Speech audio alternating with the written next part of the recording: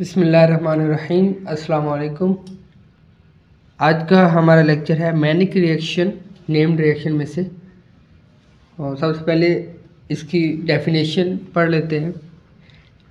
When A ketone containing alpha या active hydrogen, ऐसी ketone जिसके पास एक्टिव या अल्फ़ा हाइड्रोजन मौजूद हो, वो रिएक्शन ये वाला रिएक्शन दे सकती है। तो सबसे पहली कंडीशन क्या आ गई कि एक कीटोन होनी चाहिए जिसके पास एक्टिव हाइड्रोजन हो।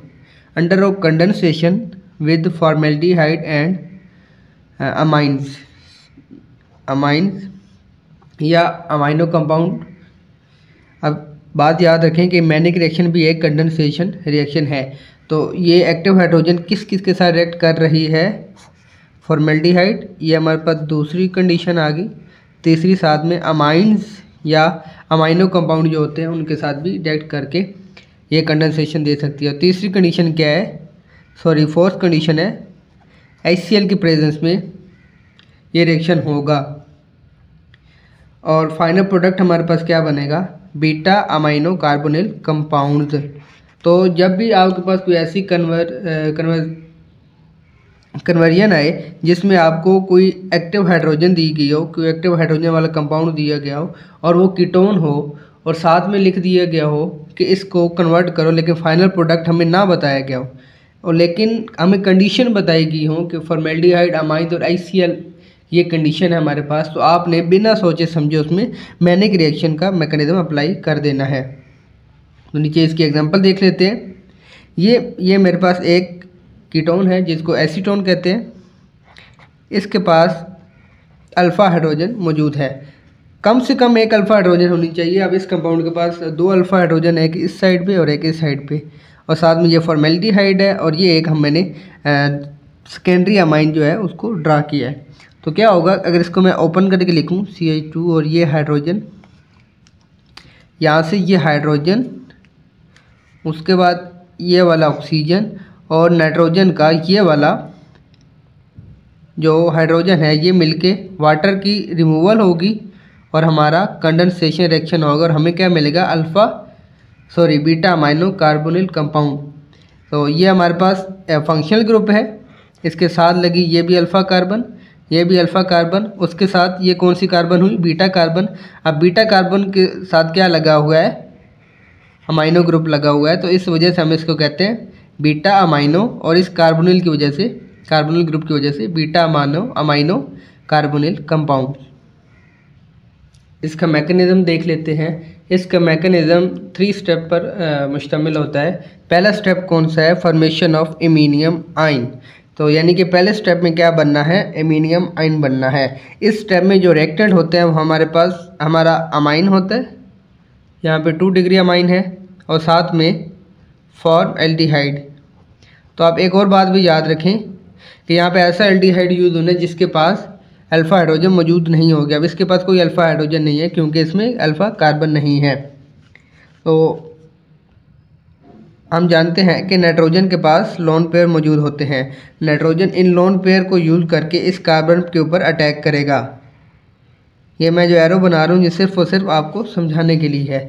जब नाइट्रोजन इसके ऊपर अटैक करेगा तो हम जानते हैं कि नाइट्रोजन जब भी लोन पेयर यूज़ करता है तो क्या होता है?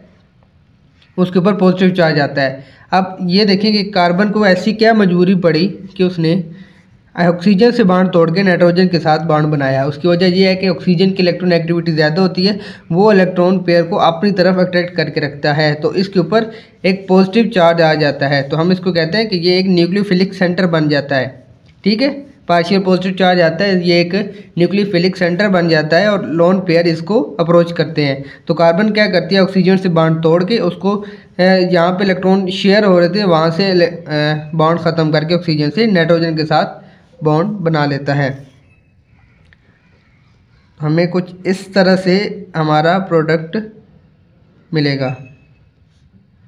हाइड्रोजन ऑक्सीजन का नेगेटिव बॉन्ड कार्बन जो है यहाँ से बॉन्ड ख़त्म करके नाइट्रोजन के साथ शिफ्ट कर लेगी, और ये अमाइन का हाइड्रोजन यहाँ पे मौजूद है और अब इसके ऊपर कौन सा चार्ज आएगा? Positive charge. अब नेक्स्ट स्टेप में यहाँ पे रीअरेंजमेंट होगी। रीअरेंजमेंट में क्या होगा कि जो ऑक्सीजन के ये नेगेटिव चार्ज है ये इस हाइड्रोजन को जो नाइट्रोजन के साथ है उसको अप्रोच करेंगे और नाइट्रोजन भी इजीली इसको डोनेट कर देगा, क्योंकि नाइट्रोजन एक इलेक्ट्रोनेगेटिव एलिमेंट है और इलेक्ट्रोनेगेटिव एलिमेंट पे पॉजिटिव चार्ज कभी नहीं आ सकता। जो जब पॉजिटिव चार्ज आए तो वो हाईली अनस्टेबल होता है। तो ये नाइट्रोजन इजीली ये अपना जो हाइड्रोजन है इसको डोनेट कर देगा। और फाइनल जो हमारे पास प्रोडक्ट बनेगा उसमें कार्बन की भी वैलेंसी भी पूरी हो जाएगी, ऑक्सीजन की भी वैलेंसी पूरी होगी और नाइट्रोजन की भी, सॉरी ये एच अब नहीं आएगा, नाइट्रोजन की वैलेंसी भी पूरी हो जाएगी। ये 3 डबल बॉन्ड, तीन बॉन्ड नाइट्रोजन के। तो इस तरह से हमें एक कंपाउंड मिल जाएगा। कटिंग के लिए मैं सबसे पहले मादरत करता हूँ। उसके बाद हमारा जो कैटलिस्ट है HCl वो इसको अप्रोच करेगा। अब HCl है, एसिड है, तो इसने क्या देना है, प्रोटॉन ही देना है। अब ये प्रोटॉन जाके इस ऑक्सीजन के जो लोन पेयर मौजूद हैं, ऑक्सीजन के पास भी लोन पेयर होते हैं, तो ये लोन पेयर इसको अप्रोच करेंगे और ये ऑक्सीजन के साथ जाके अटैच हो जाएगा और हमें जो प्रोडक्ट मिलेगा वो कुछ इस तरह से होगा। OH2। अब जब भी ऑक्सीजन लोन पेयर यूज़ करेगी उसके ऊपर कौन सा चार्ज आएगा, पॉजिटिव चार्ज आएगा। अब नेक्स्ट स्टेप में क्या होगा कि ये पॉजिटिव चार्ज मैंने कहा था ये अनस्टेबल होता है, तो यहाँ से जो नाइट्रोजन है इसके ऊपर भी लोन पेयर मौजूद हैं, तो नाइट्रोजन के लोन पेयर दोबारा इस कार्बन के ऊपर अटैक करेंगे और कार्बन ऑक्सीजन से बॉन्ड ख़त्म कर देगा और यहाँ से वाटर मॉलिक्यूल लीव कर जाएगा और इस तरह कार्बन और नाइट्रोजन के दरमियान एक डबल बॉन्ड की फॉर्मेशन होगी। एक बॉन्ड पहले मौजूद था, एक और बॉन्ड बनेगा और ये कार्बन के हाइड्रोजन प्लस वाटर जो है वो यहाँ से रिमूव हो गया है। अब नाइट्रोजन ने लोन पेयर यूज़ किया है तो नाइट्रोजन के ऊपर दोबारा कौन सा चार्ज आएगा, पॉजिटिव चार्ज आएगा। इस चीज़ को हम कहते हैं इमीनियम आयन। नेक्स्ट हमारा स्टेप है स्टेप नंबर 2, जिसमें अब हमारे पास कार्ब एनाइन बनना है, यानी कि कार्बन के ऊपर नेगेटिव चार्ज आएगा जिसको हम इनोलेट आयन भी कहते हैं। तो इस स्टेप को आप इनोलाइजेशन भी कह सकते हैं। सबसे पहले ये कीटोन फॉर्म है, इसको कीटो फॉर्म हम लिख सकते हैं। अब इसके अंदर टाटोमेरिज्म भी हो सकती है, तो इसका दूसरा जो इसको हम रेजोनेटिंग स्ट्रक्चर भी कह सकते हैं या फिर ये रिवर्सिबल रिएक्शन भी हो सकता है। बेहतर ये है कि आप इसको रिवर्सिबल रिएक्शन ही लिखें। तो इसमें क्या होगा, यहाँ से जो हाइड्रोजन है इधर से एक हाइड्रोजन ऑक्सीजन के ऊपर शिफ्ट हो जाएगी और ये OH बन जाएगा और उसके बाद यहाँ पे CH बन जाएगा CH2 और साथ में ये डबल बॉन्ड इधर शिफ्ट हो जाएगा। तो इसको हम कहते हैं इनोल। इन किसकी वजह से आया, डबल बॉन्ड की वजह से, और ओल किसकी वजह से आया, हाइड्रोक्सिल की वजह से। और फिर नेक्स्ट में क्या होगा, हमारे पास इनोलाइजेशन होगी, यानी कि ये डबल बॉन्ड वापस किधर शिफ्ट होगा, ऑक्सीजन पे। कब शिफ्ट होगा, जब ऑक्सीजन अपने लोन पेयर को यूटिलाइज करेगी और हमें क्या मिलेगा,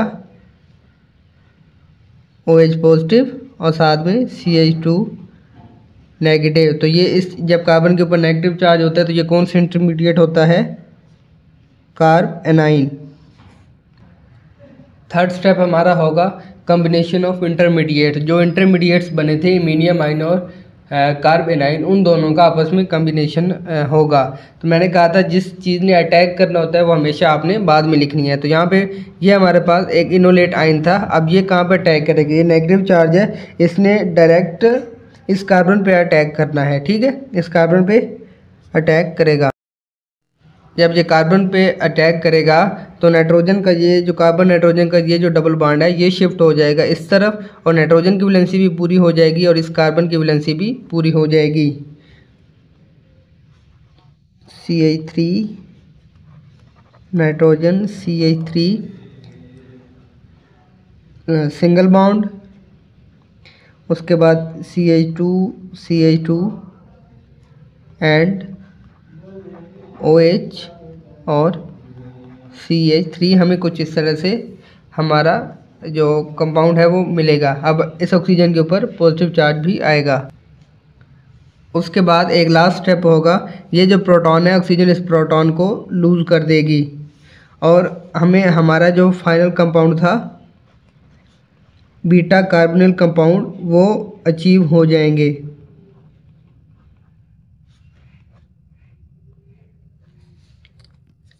ये हमारे पास कार्बोक्सिल ग्रुप है, कार्बोनिल ग्रुप सॉरी, इसके साथ लगी ये वाली भी अल्फ़ा कार्बन, ये वाली भी अल्फ़ा कार्बन और उसके साथ बीटा कार्बन, तो ये अमाइन ग्रुप है।